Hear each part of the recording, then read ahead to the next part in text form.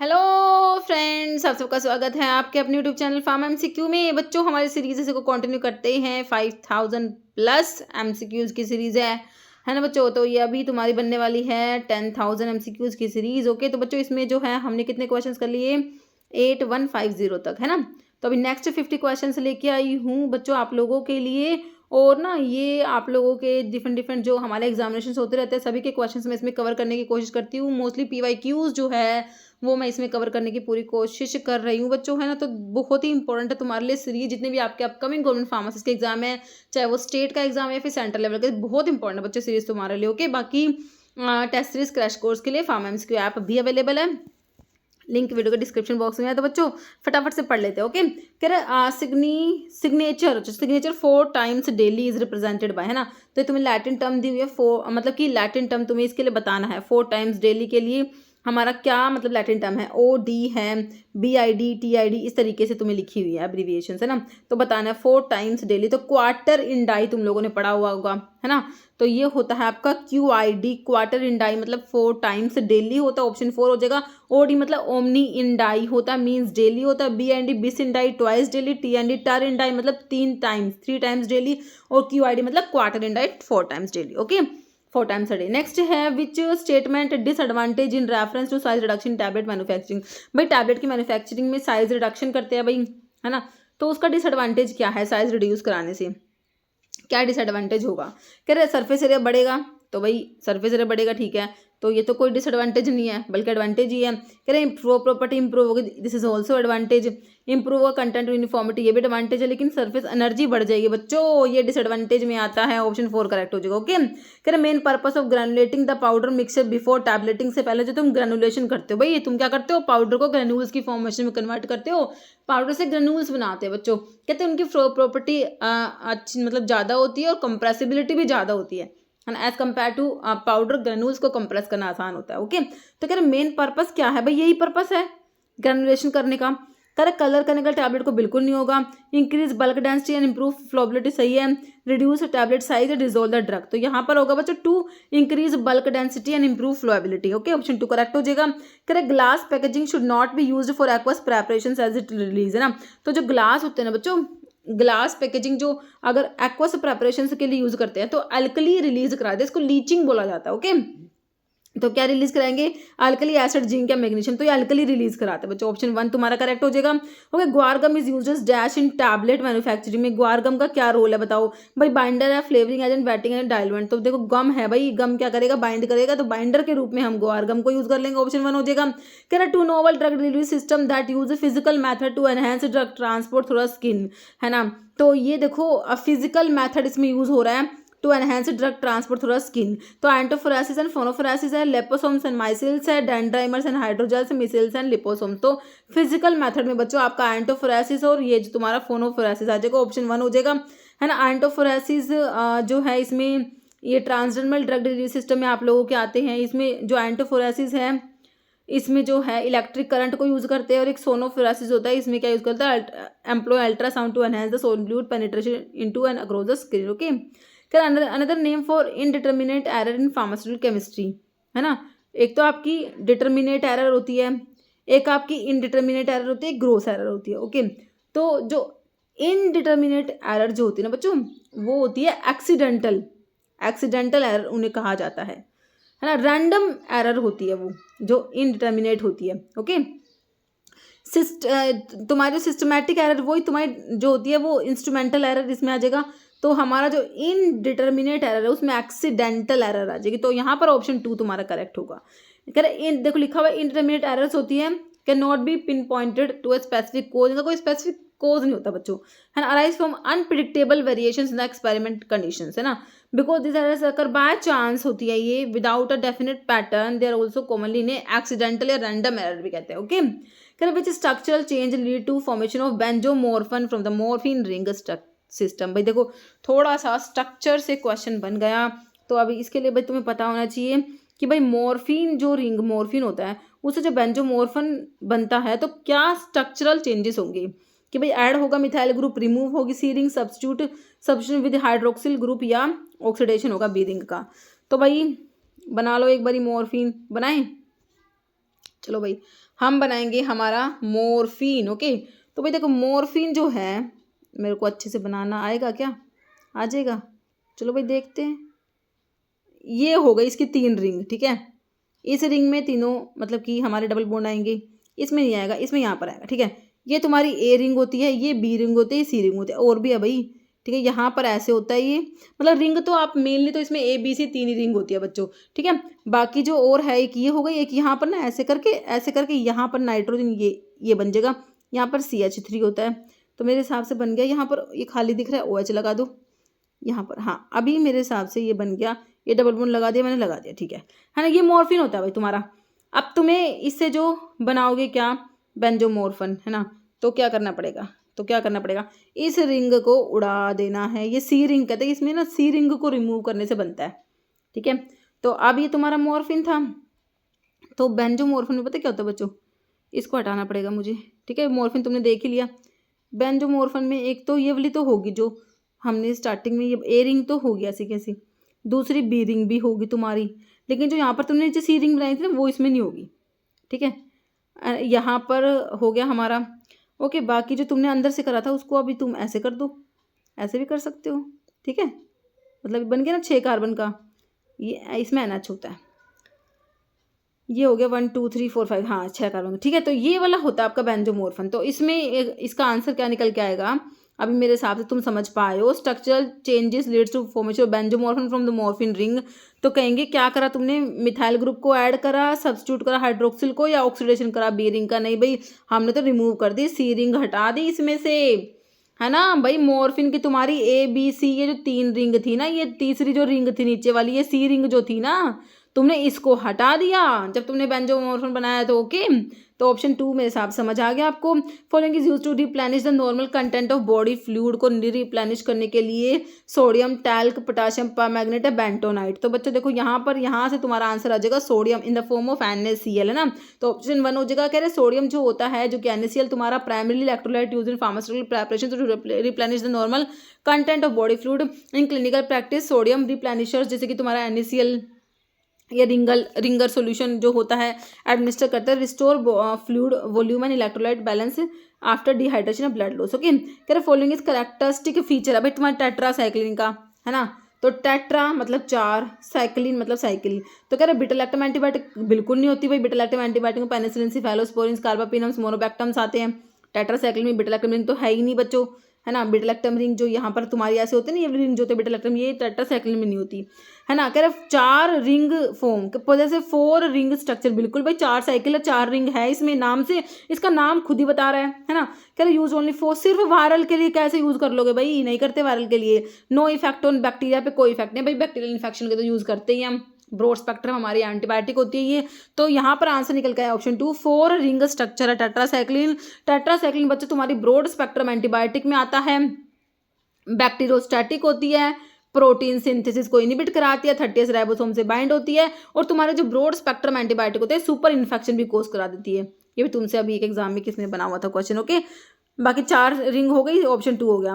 कह रहा following answers क्या है, इनमें से कौन सा एंसर्स है। आंसर मतलब non steroidal anti inflammatory drug, simple answers के क्लासिफिकेशन से क्वेश्चन है। यहाँ पर देखो एस्प्रिन सैलिसिलिक एसिड डेरिवेटिव में एस्प्रिन आता है भाई, एस्टाइल सैलिसिलिक एसिड होता है। ये COOS, तो ऐसे कैसे, ये OH ग्रुप का COCH3 इसका स्टाइलेशन होता है। ध्यान रखना, एक क्वेश्चन बना हुआ था एग्जाम में भाई, जब तुम एस्प्रिन बना रहे हो भाई सैलिसिलिक एसिड से बना रहे हो, ये देखो जो सैलिसिलिक एसिड होता है वो क्या होता है, ये यहाँ पर COH, यहाँ पर OH, सैलिसिलिक एसिड होता है। तो इस OH ग्रुप का स्टाइलेशन करके तुम एस्प्रिन बना देते हो बच्चों, ठीक है। तो आंसर कौन सा इसमें से एस्प्रिन है, ऑप्शन 1 करेक्ट हो जाएगा। 12 की मॉर्फिन तो भाई तुम्हारा क्या है, ये नॉन स्टीरोइडल होते हैं। तो यहाँ पर जो है नॉन स्टीरोइड आंसर्स में हमारा एस्प्रिन आएगा, मॉर्फिन, कोडिन, नालोक्सोन नहीं आते बच्चों। ऑप्शन 1 तुम्हारा करेक्ट हो जाएगा। नेक्स्ट देखिए, anti inflammatory effect of NSAIDs is due to inhibition of, है ना। तो एनसेड्स का जो एंटी इन्फ्लामेटरी इफेक्ट तुम्हारा होता है बच्चों, किसके इनिबिशन की वजह से होता है। तो एनसेड्स क्या करते हैं बच्चों, हमारा कोक्स को इनिबिट कराते हैं। कोक्स मतलब तुम्हारा साइक्लो ऑक्सीजनेज एंजाइम जो होता है। तो देखो 5 लिपोक्सिनेज इनिबिटर में बच्चों जी-ल्यूटन तुम्हारा आता है, 5 लॉक्स इनिबिटर होता है। फैटी एसिड अमाइड हाइड्रोलेज नहीं, गामा सिक्रेटेज नहीं, साइक्लोऑक्सीनेज को इनिबिट कराने वाले तुम्हारे एनसेड्स होते हैं। ऑप्शन 4 करेक्ट है। Not considered impurity in pharmaceuticals में इम्प्योरिटी नहीं है। तो ऑर्गेनिक इनऑर्गेनिक रेजिडुअल सॉल्वेंट्स होते हैं, एक्सीपिएंट्स तो भाई हमारे इम्प्योरिटीज थोड़ा होंगे, है ना। ऑप्शन 4 सिंपल सा करेक्ट हो गया। कह which class of anti infective agent sparfloxacin belong करती है ना। फ्लोक्सासिन वाले जैसे भाई तुम्हारा सिप्रोफ्लोक्सासिन हो गया, ओफ्लोक्सासिन होता है, स्पारगैटीमोक्सी, स्पारफ्लोक्सासिन, गैटीफ्लोक्सिन, मोक्सिन, ये सारे फ्लोक्सासिन्स वाले क्या होते हैं भाई, हमारे फ्लोरोक्विनोलॉन्स होते हैं, है ना। देखो फ्लोरोक्विनोलॉन्स में आते हैं। तो ये देखो मैक्रोलाइट्स तो होते नहीं, मैक्रोलाइट्स में तुम्हारा जो है कौन सी ड्रग आती है, जैसे कि एजिथ्रोमाइसिन, क्लैरिथ्रोमाइसिन, ऑक्सीथ्रोमाइसिन, है ना, तुम्हारी इरिथ्रोमाइसिन, है ना, ये सब जो है मैक्रोलाइड्स हैं। क्विनोलॉन्स देखो फ्लोरोक्विनोलॉन्स तो है, तो क्विनोलॉन्स में ना बाकी फ्लोरीन ग्रुप है इसलिए तुमने फ्लोरोक्विनोलॉन्स बोल दिया, तो यहाँ पर ऑप्शन 2 करेक्ट है। बाकी टेट्रासाइक्लिन तो फिर टेट्रासाइक्लिन आ जाएगी इसमें, पेनिसिलिन, ठीक है। स्पारफ्लोक्सासिन बिलोंग करेगा तुम्हारे क्विनोलॉन्स में। और क्या करते हैं बच्चों, मैकेनिज्म तो देख लो एक बार इनका, डीएनए गायरेज को इनहिबिट कराते हैं, बहुत इंपॉर्टेंट है बच्चों, ये क्वेश्चन बना हुआ है कई बार, डीएनए गायरेज को इनहिबिट कराएंगे। डिक्लोफिनैक डेरिवेटिव ऑफ एनसेड्स के क्लासिफिकेशन से सेकंड क्वेश्चन आया भाई। डिक्लोफिनैक अराइल एसिटिक एसिड डेरिवेटिव में डिक्लोफिनैक और एसिक्लोफिनैक तुमने पढ़ा है। प्रोपियोनिक एसिड डेरिवेटिव में तुम्हारा बच्चों आइबुप्रोफन, कीटोप्रोफन, फ्लूबिप्रोफन, नाप्रोक्सन आता है। एंथ्रानिलिक एसिड डेरिवेटिव में तुम्हारा मिफनामिक एसिड आता है। इनोलिक एसिड नहीं है यहाँ पर, phenyl acetic, aryl acetic acid derivative मतलब फिनाइल एसिटिक एसिड, तुम्हारा ऑप्शन 4 करेक्ट हो जाएगा। ओके, कह रहा है एनसेड्स टिपिकली पोजेस, एनसेड्स कह रहे हैं इनमें कार्बोक्सिलिक एसिड ग्रुप होता है, लिंक्ड टू एरोमेटिक जो रिंग से जुड़ा हुआ COH ग्रुप होता है भाई इनमें, ठीक है भाई होता है। कह रहा what is the purpose of this aromatic ring in the drug के स्ट्रक्चर में, ये एरोमेटिक रिंग का क्या पर्पस है। कह रहे वाटर की सॉल्युबिलिटी बढ़ाने के लिए, बाइंड करने के लिए hydrophobic pocket of cyclooxygenase, prevent metabolism and neutralize acid moiety. तो भाई किसके लिए, बाइंड करने के लिए हाइड्रोफोबिक पॉकेट ऑफ साइक्लोक्सिनेज की, इसलिए ऑप्शन 2 करेक्ट हो जाएगा। ओके, कह रहा जो एरोमेटिक रिंग होती है जो कि हमारे एनसेड्स के जो स्ट्रक्चर होता है, तो इसमें एरोमेटिक रिंग प्रेजेंट होती है ना।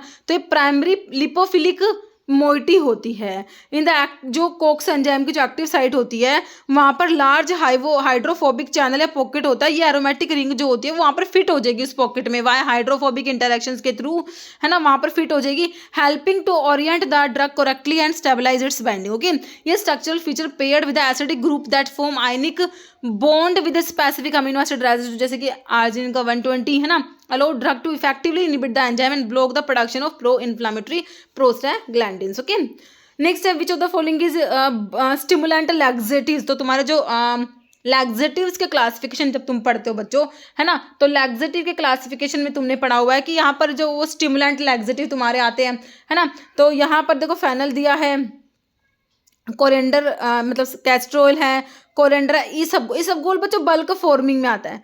बल्क फॉर्मिंग लैक्सेटिव में तुम्हारा जैसे कि मिथाइल सेलुलोज आता है, डाइटरी फाइबर में ब्रैन, साइलियम, ये सब गोल तुम्हारे बल्क फॉर्मिंग में आते हैं। स्टिमुलेंट लैक्सेटिव्स में बच्चों तुम्हारा कैस्ट्रोल आ जाएगा स्टिमुलेंट में, है ना, जैसे सेना जो है ये भी स्टिमुलेंट में ही आता है ना, कैस्ट्रोल भी। तो ऑप्शन 2 तुम्हारा स्टिमुलेंट लैक्सेटिव का सही हो गया। कह रहे what is one key objective of pharmacotherapeutics for pharmacist and nurse in hospital में, फार्माकोथेरेप्यूटिक्स का ऑब्जेक्टिव बताना है। कह रहे increase knowledge and skill for safe medicine use and distribution, develop करना न्यू ड्रग को, मैन्युफैक्चर करना, मेडिसिन को कंडक्ट करना, सर्जिकल प्रोसीजर्स। तो बताइए क्या होगा भाई, सिंपल सा ऑप्शन 1 निकल के आ रहा है, increase knowledge and skills for safe medicine use and distribution. Okay, क्या determination of saponification value of a crude drug is classified as, है ना, तो ड्रग का जो होता है बच्चों एस्टर वैल्यू है, एसिड वैल्यू है, सैपोनिफिकेशन वैल्यू होती है, ये सब डिटरमाइन करना किस में आएगा, ऑर्गेनोलेप्टिक में भाई बिल्कुल नहीं आएगा, है ना। ऑर्गेनोलेप्टिक या मॉर्फोलॉजिकल इवैल्यूएशंस में आप लोग ड्रग को देख के उसको टेक्सचर से उसको टच करके इस तरीके से ड्रग की को इवैल्यूएट करते हैं। केमिकल इवैल्यूएशन में आएगा, बायोलॉजिकल में आएगा, फिजिकल इवैल्यूएशन में आएगा, है ना, तो ये बच्चों केमिकल इवैल्यूएशन में आएगा, तो ऑप्शन आपका 2 करेक्ट हो जाएगा यहाँ पर। ओके, कह रहा if a sample of ginger shows a water soluble ash value 1.2%, what does this suggest compare to standard, है ना।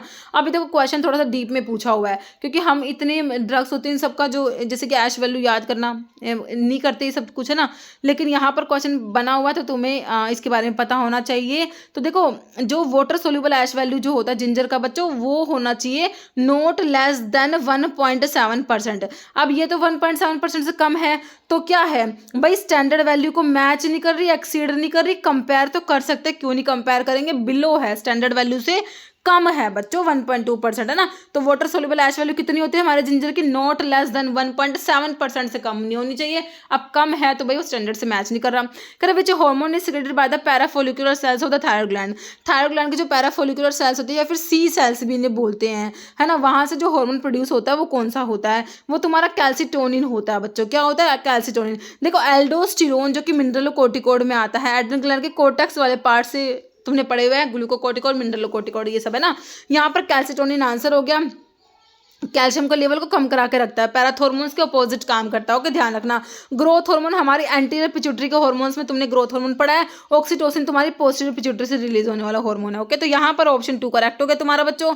Following hormone secreted by posterior pituitary. तो पोस्टीरियर पिट्यूटरी का हार्मोन बहुत सारी बार बहुत सारे एग्जाम में क्वेश्चन बना है। एक तो उसके ऑक्सीटोसिन याद रखना बच्चों, दूसरा वैसोप्रेसिन याद रखना, जिसको तुम एंटी डायरेटिक हार्मोन भी कहते हो। तो यहाँ पर तुम्हें दिया एंटी डायरेटिक हार्मोन वैसोप्रेसिन जो होता है पोस्टीरियर पिट्यूटरी के हार्मोन है। 2 हार्मोन याद रखने हैं और दोनों ही मेरे बच्चों नोना पेप्टाइड होते हैं, याद रखना है, ओके। बाकी थायराइड स्टिमुलेटिंग हार्मोन TSH की बात हो रही है, जो कि तुम्हारी एंटीरियर पिट्यूटरी का हार्मोन है। फॉलिकल स्टिमुलेटिंग हार्मोन FSH जो है एंटीरियर पिट्यूटरी का हार्मोन है। ग्रोथ हार्मोन भी एंटीरियर पिट्यूटरी का हार्मोन है। 3 हो गए, 3 और बताओ एंटीरियर पिट्यूटरी के। FSH के साथ LH भी होता है, ACTH भी याद रखना और तुम्हारा प्रोलैक्टिन भी याद रखना, सारे एंटीरियर पिट्यूटरी के हार्मोन हैं, ओके। कह if a country undergo transition from stage 2 से stage 3 of demographic cycle which changes in birth and death rate are expected. देखो डेमोग्राफिक साइकिल में हम 5 स्टेज पढ़ते हैं ना। तो देखो स्टेज 1 जो होती है उसमें तो क्या होता है, ये जो होता है बर्थ रेट और डेथ रेट कह रहे इंक्रीज होंगे, या फिर बर्थ रेट डिक्लाइन, जबकि death rate remain unchanged, death rate decline further और birth rate begins to fall, या बोथ दोनों हाई होंगे। देखो फर्स्ट में दोनों हाई होते हैं, लास्ट वाले में दोनों लो होते हैं, है ना। फोर्थ वाले में लो होते हैं, फर्स्ट वाले में ज़्यादा होते हैं बर्थ और डेथ रेट। देखो यहाँ पर पूछा है तुमसे सेकंड स्टेज से थर्ड स्टेज में ट्रांजिशन हुआ है ना। तो जो सेकंड स्टेज होता है उसमें क्या होता है बच्चों, बर्थ रेट जो अनचेंज रहता है लेकिन डेथ रेट कम होता है, बर्थ रेट अनचेंज रहता है। तो ट्रांजिशन होगा थर्ड स्टेज में। तो थर्ड में क्या होगा, death rate decline further and birth rate begins to fall बच्चों। ऑप्शन यहाँ पर तुम्हारा 3 करेक्ट होगा, ओके। कह रहे how does breast feeding contribute to the postpartum health of mother. तो बताइए ब्रेस्ट फीडिंग कैसे कॉन्ट्रीब्यूट करती है पोस्टपार्टम हेल्थ ऑफ मदर में, बताइए, है ना। कह रहे इंक्रीज कराएगी पोस्टपार्टम ब्लीडिंग को एंड रिस्क ऑफ डिप्रेशन। भाई ऐसा नहीं होता। Stimulate uterine contraction, reduce urinary tract infection, बिल्कुल सही है। Reduce weight gain and increase anaemia का रिस्क बढ़ जाएगा, भाई नहीं बढ़ता। Prevent uterine contraction and increase urinary tract infection, नहीं बढ़ता। तो सिंपल से ऑप्शंस को एलिमिनेट करके तुम ऑप्शन 2 के साथ जा सकते हो। ऑप्शन 2 ही तुम्हारा करेक्ट है, ओके। कॉस्ट मिनिमाइजेशन एनालिसिस, भाई इसका एम होता है कॉस्ट को मिनिमाइज करना, ठीक है। इंक्लूड प्रिस्क्राइबिंग डैश मेडिसिन, तो भाई कॉस्ट मिनिमाइज करने कौन सी मेडिसिन प्रिस्क्राइब करोगे, generic only, generic branded only, patented या जेनरिक एंड पेटेंटेड। तो जेनरिक हो जाएगा बच्चे तुम्हारा, ओनली जेनरिक, ऑप्शन 1 करेक्ट हो जाएगा, है ना। तो cost minimization CMA cost minimization analysis जो होती है, आइडेंटिफाई लीस्ट एक्सपेंसिव, है ना भाई, कॉस्ट जिसकी कम हो अपने को वही प्रेफर करनी है। तो तुम्हें पता है भाई ब्रांड नेम और जेनरिक नेम, इन सब में से हमारे जेनरिक की कॉस्ट कम होती है ना। तो कह रहे हैं कि least expensive option among therapeutic intervention identical proven outcomes include calculating total direct indirect cost, drug acquisition, administration and monitoring to compare alternative like generic similar drug या डिफरेंट ट्रीटमेंट सेटिंग्स, ओके। कह रहे direct cost in reference to health care include cost borne by the patient in dash of a disease, है ना। तो direct cost में क्या आता है, कह रहे only prevention and treatment, only treatment detection, only prevention and detection नहीं, कहेगा प्रिवेंशन डिटेक्शन एंड ट्रीटमेंट, तीनों की कॉस्ट आ जाएगी, ऑप्शन 4 हो जाएगा, ओके। थायोमाइड इनहिबिट जो कर रही है थायोमाइड, जो कि तुम्हारी एंटी थायराइड ड्रग होती है ना बच्चों, कार्बिमाजोल, मेथिमाजोल, प्रोपाइल थायोरेसिल, उनकी बात हो रही है। कह रहे इनहिबिट कर थायराइड हार्मोन के सिंथेसिस को इनहिबिट कराता है, बिल्कुल। कह रहे बाय विच 2 मैकेनिज्म, कौन से 2 मैकेनिज्म से काम करती है, ये देखो। अब थायराइड क्या है, ये एंटी थायराइड ड्रग है, थायराइड हार्मोन के सिंथेसिस को इनहिबिट कराना है। अब तुम देखो ऑप्शंस को एलिमिनेट करके कितनी फटाफट समान से तरफ पहुंचते हैं। इनहिबिट कराएंगे iodination coupling of iodotyrosine residue, हाँ सही है। बाकी एक बारी देखो तुम, अगर नहीं भी पता तो भी आगे चलो एक बारी।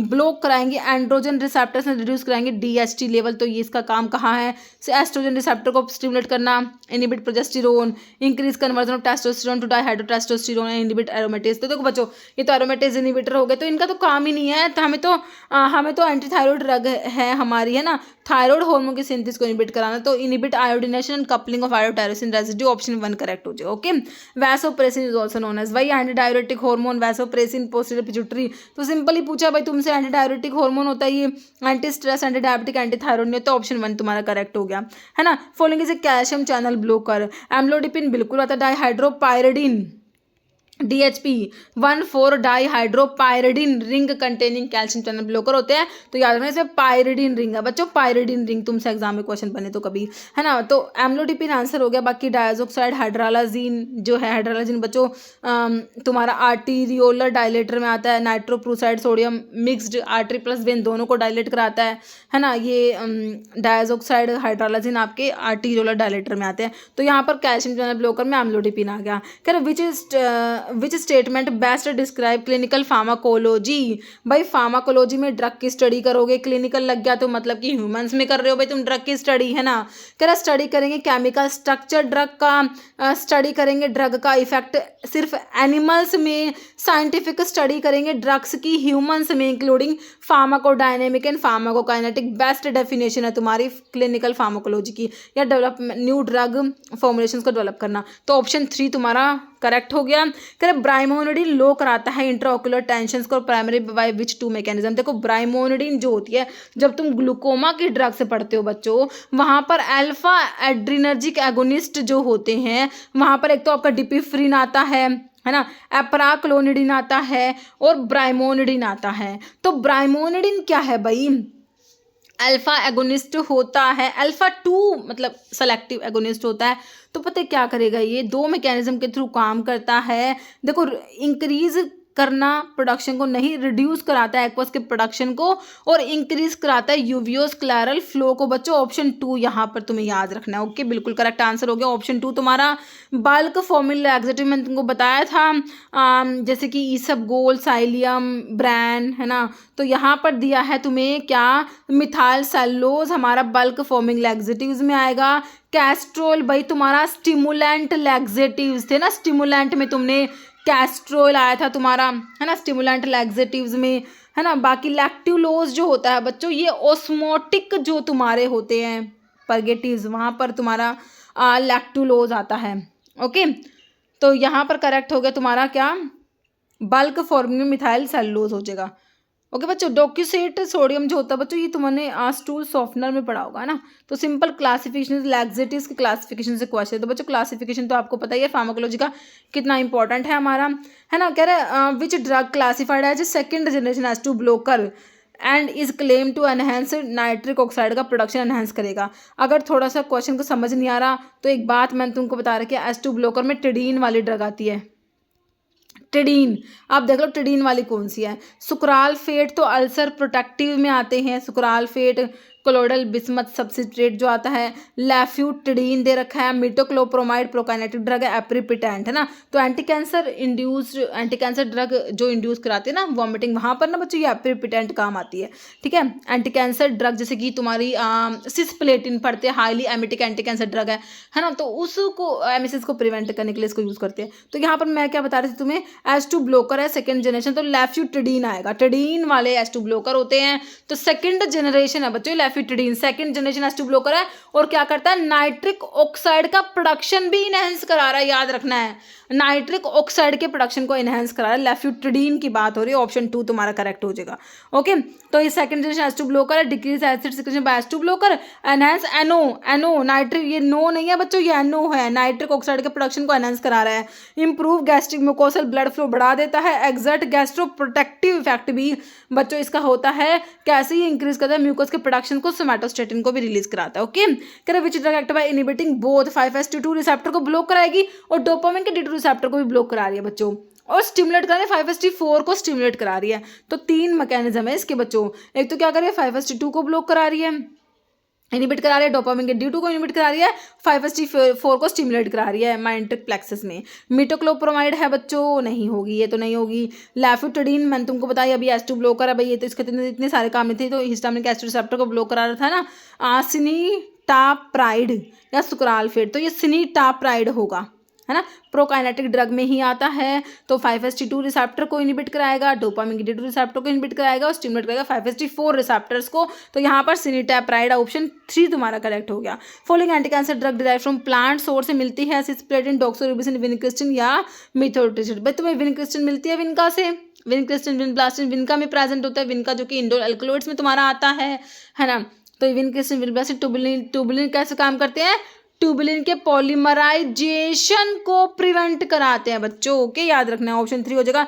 बाकी मिथोट्रिक्सेट बच्चों तुम्हारी एंटी मेटाबोलाइट में फोलेट एंटागनिस्ट में मिथोट्रिक्सेट आता है। DHFR इनिबिटर होता है, हाइड्रोफोलेट रेडक्टेज इनिबिटर होता है। डॉक्सोरोबिसिन डोनोरोबिसिन एंटी कैंसर एंटीबायोटिक होती है बच्चों। सिस्प्लेटिन भी एंटी कैंसर ड्रग में आते हैं, highly emetic anti cancer drug होती है। Okay, why sulfamethoxazole selected to combine with trimethoprim cotrimoxazole. तो कोट्राइमोक्साजोल में क्या है, सल्फामिथोक्साजोल के साथ ट्राइमिथोप्रिम का कॉम्बिनेशन है। इन दोनों को 5:1 के रेशो में कंबाइन करते हैं, प्लाज्मा में जाके रेशो 20:1 हो जाता है। इसी को क्यों कंबाइन कर, क्योंकि दोनों का T हाफ सेम है, अप्रोक्सीमेट 10 आवर्स होता है। सल्फामिथोक्साजोल आपका क्या होता है, इंटरमीडिएट एक्टिंग सल्फोनामाइड होता है बच्चों। दोनों बैक्टीरियोस्टैटिक होते हैं, लेकिन द कॉम्बिनेशन कोट्राइमोक्साजोल इज बैक्टेरिसिडल, है ना। तो दोनों बैक्टेरिसिडल नहीं होते, दोनों बैक्टीरियोस्टैटिक होते हैं। सिमिलर T हाफ बिल्कुल होता है, अप्रोक्सीमेट 10 आवर्स होता है। प्रोटीन सिंथेसिस को इनिबिट नहीं कराते बच्चों। ट्राइमिथोप्रिम तो डाईहाइड्रोफोलेट रिडक्टेज इनिबिटर होता है, और सल्फोनामाइड्स तुम्हारे डाईहाइड्रोफोलेट सिंथेज को इनिबिट करा देते हैं बच्चों। ओके, बाकी सेम राइबोसोमल सबयूनिट से बाइंड नहीं करेंगे। ऑप्शन 2 तुम्हारा करेक्ट निकल के आ गया। ओके, कह रहे विच ड्रग पॉलीमराइज होती है बच्चों, pH लेस देन 4, 4 से कम pH पे, मतलब किसको एसिडिक pH चाहिए, ठीक है। तो इसका तो एंटासिड मत देना, एक बात याद रखना, है ना। तो इसके साथ एंटासिड नहीं दे सकते क्योंकि एसिडिक pH पे काम करेगी, ठीक है। एक बात ये याद रखेंगे, इस लाइन से हमने ये बात निकाल ली। तो पॉलीमराइज होगी pH लेस देन 4 टू 4 में स्टिकी जेल लाइक कंसिस्टेंसी बना देगी, जेल लाइक कंसिस्टेंसी बना देगी। प्रोवाइड करते हैं protective effect in the gastrointestinal tract. तो अल्सर प्रोटेक्टिव में क्या पड़ा है इन चारों ड्रग में से, सिनीटैप्राइड है, सुक्रालफेट है, मिटोक्लोप्रोमाइड है, लैफेटोडीन है। तो भाई हमारा सुक्रालफेट होता है, तो 4 से कम pH पे पॉलीमराइज हो जाता है बच्चों, ठीक है, और जेल लाइक कंसिस्टेंसी बना लेता है। अल्सर के ऊपर एक प्रोटेक्टिव कवरिंग बन जाएगी बच्चों, जिससे कि स्टमक का एसिड हो गया, ये सब जो है अल्सर के कांटेक्ट में नहीं आ पाएंगे, ठीक है बच्चों। तो ऑप्शन 2 तुम्हारा करेक्ट होगा। सुक्रालफेट होता है, अल्सर प्रोटेक्टिव में आता है, बेसिक एल्यूमिनियम सोल्ट होता है सल्फेटेड सुक्रोज का, पॉलीमराइज होएगा at pH less than 4 by cross linking of molecule, gel like consistency बना लेगा, अल्सर बेस से अडहेर हो जाएगा, प्रिवेंट करेगा कि भाई acid pepsin bile from coming in contact ulcer के बेस में ना आ पाए, है ना। डाइटरी प्रोटीन जो होते हैं उसके ऊपर और कोटिंग और डिपॉजिट हो जाएंगे, है ना, वो भी दूसरी लेयर बना लेंगे। एंटासिड को साथ में नहीं देंगे, है ना, क्योंकि भाई एंटासिड तो pH को बढ़ाएंगे, ये तो pH 4 से कम pH पे ही काम करेगा, है ना। बाकी promote healing of both duodenal gastric ulcer की हीलिंग को प्रोमोट करता है। बाकी ना इसको यूज़ नहीं करते बच्चों, है ना, क्योंकि हमारे पास हमारे PPIs है, काफ़ी इफेक्टिव ड्रग होती है, तो इसको ना यूज़ बहुत कम करा देता है, क्योंकि ना इसकी डोज भी ज़्यादा होती है, और एक मतलब कि लगभग 4 बार इसकी जो है डोज लेनी पड़ती है, तो इसको यूज़ कम करा जाता है, मतलब, है ना, क्योंकि हमारे पास और ऑल्टरनेटिव है। कह रहा which 2 main pharmacological action characterize in amrinone effect on the cardiovascular system. Amrinone तुमने पढ़ी हुई है बच्चों, तो ये क्या करते हैं, फोर्स ऑफ कॉन्ट्रैक्शन को बढ़ाती है बच्चों। नेगेटिव जो नहीं होता इसका पॉजिटिव आइनोट्रोपिक इफेक्ट होता है, याद रखना, है ना, और डायरेक्ट वैसोडाइलेटर भी ये होती है, याद रखना। ऑप्शन 2 करेक्ट हो जाएगा तुम्हारा। Good patient counsellor should not be by tolerant flexible listener होना चाहिए, जजमेंटल नहीं होना चाहिए। ऑप्शन 4 हो जाएगा तुम्हारा। Following is not a patient based barrier in reference to effective communication. Patient based barrier नहीं है बच्चों, रेगुलेटरी अथॉरिटी नहीं आएंगी। बाकी कल्चरल डिफरेंस, जेंडर डिफरेंस और लेक ऑफ इंटरेस्ट आ सकता है। ऑप्शन 1 हो गया। Not applicable to patient counselling, medication adherence आएगा बच्चों। बाकी इंक्रीजिंग हेल्थ केयर कॉस्ट नहीं आएगा, डिक्रीजिंग मेडिकेशन एरर और अंडरस्टैंडिंग मेडिकेशन थेरेपी आएगा। ऑप्शन 2 नोट में आ गया। कह रहा है व्हेन रिसीविंग क्या कह रहा है व्हेन रिव्यू करेंगे progress to overcome medication non adherence which two actions are recommended, है ना, मेडिकेशंस की नॉन एडहेरेंस को ओवरकम करोगे ना, कह रहे अवॉइड करना patient feedback and skipping follow up, timing follow up होगा इसमें बच्चों, एंड क्या हो जाएगा एडवाइजिंग चेंज इन डोज, ठीक है, limited access to medical device and shortening treatment duration and ignoring expected effect. तो ऑप्शन 2 यहाँ पर तुम्हारा करेक्ट हो जाएगा। ओके, कह रहा है which of the following action best demonstrate medication adherence का मतलब क्या है भाई, मेडिकेशन एडहेरेंस का मतलब filling prescription but forgetting dose नहीं होता, taking medication at prescribe time पे, भाई मेडिकेशंस को लेना और फॉलो करना डायरेक्शंस को, बिल्कुल करेक्ट है। बाकी स्किप करना डोज को इंटेंशनली या फिर स्टॉप करना मेडिकेशन आफ्टर, भाई तुम अच्छा फील कर ले तुम मेडिकेशन को स्टॉप थोड़ा ना कर दोगे, तुम्हें जो भी ट्रीटमेंट प्लान है उसको कंप्लीट करना होता है ना। तो हमारा जो है ऑप्शन 2 यहाँ पर करेक्ट हो जाएगा। फिर मेडिकेशन एडहेरेंस कह रहे हैं means taking prescription medication exactly as directed by health care provider in the right dose at the right time with the correct frequency. Okay, कह रहे माउथ अल्सर्स को कॉमनली क्या कहोगे, कोल्ड सोर्स कहोगे क्या, ओरल थ्रश तो भाई fungal infection है, डेंटल केरीज जो तुम्हारी डेंटल केरीज होती है ना दांतों में, तो ये भी नहीं होगा, तो ये होता है बच्चों इसको ना एफ्थस अल्सर भी बोलते हैं। ऑप्शन 2 तुम्हारा करेक्ट हो जाएगा। क्या primary purpose of prescription community pharmacy में प्रिस्क्रिप्शन का प्राइमरी पर्पस क्या है, डायग्नोज करना इलनेस को, रिकवर करना पेशेंट, रिकॉर्ड करना पेशेंट की हिस्ट्री, एडवाइटाइज मेडिकेशन से instruct pharmacist on preparing and dispensing medicine से। तो प्रिस्क्रिप्शन जो है बच्चों उसका पर्पस यही होता है फार्मासिस्ट को इंस्ट्रक्ट करना on preparing and dispensing medicine. Option 2 correct हो जाएगा। अब patient receive a prescription with Latin instruction लिखा होस्टस ओमनी मैंने how should the community pharmacy interpret and council करेगा। होस्टस मतलब ड्रोट होता है सिंगल डोज मिक्सचर, तो पाउडर नहीं होता ड्रोट होता है, 2 ऑप्शन काट दिए। ओमनी मैंने एवरी मॉर्निंग होता है, तो ऑप्शन 1 हो गया take a drought every morning हो जाएगा तुम्हारा।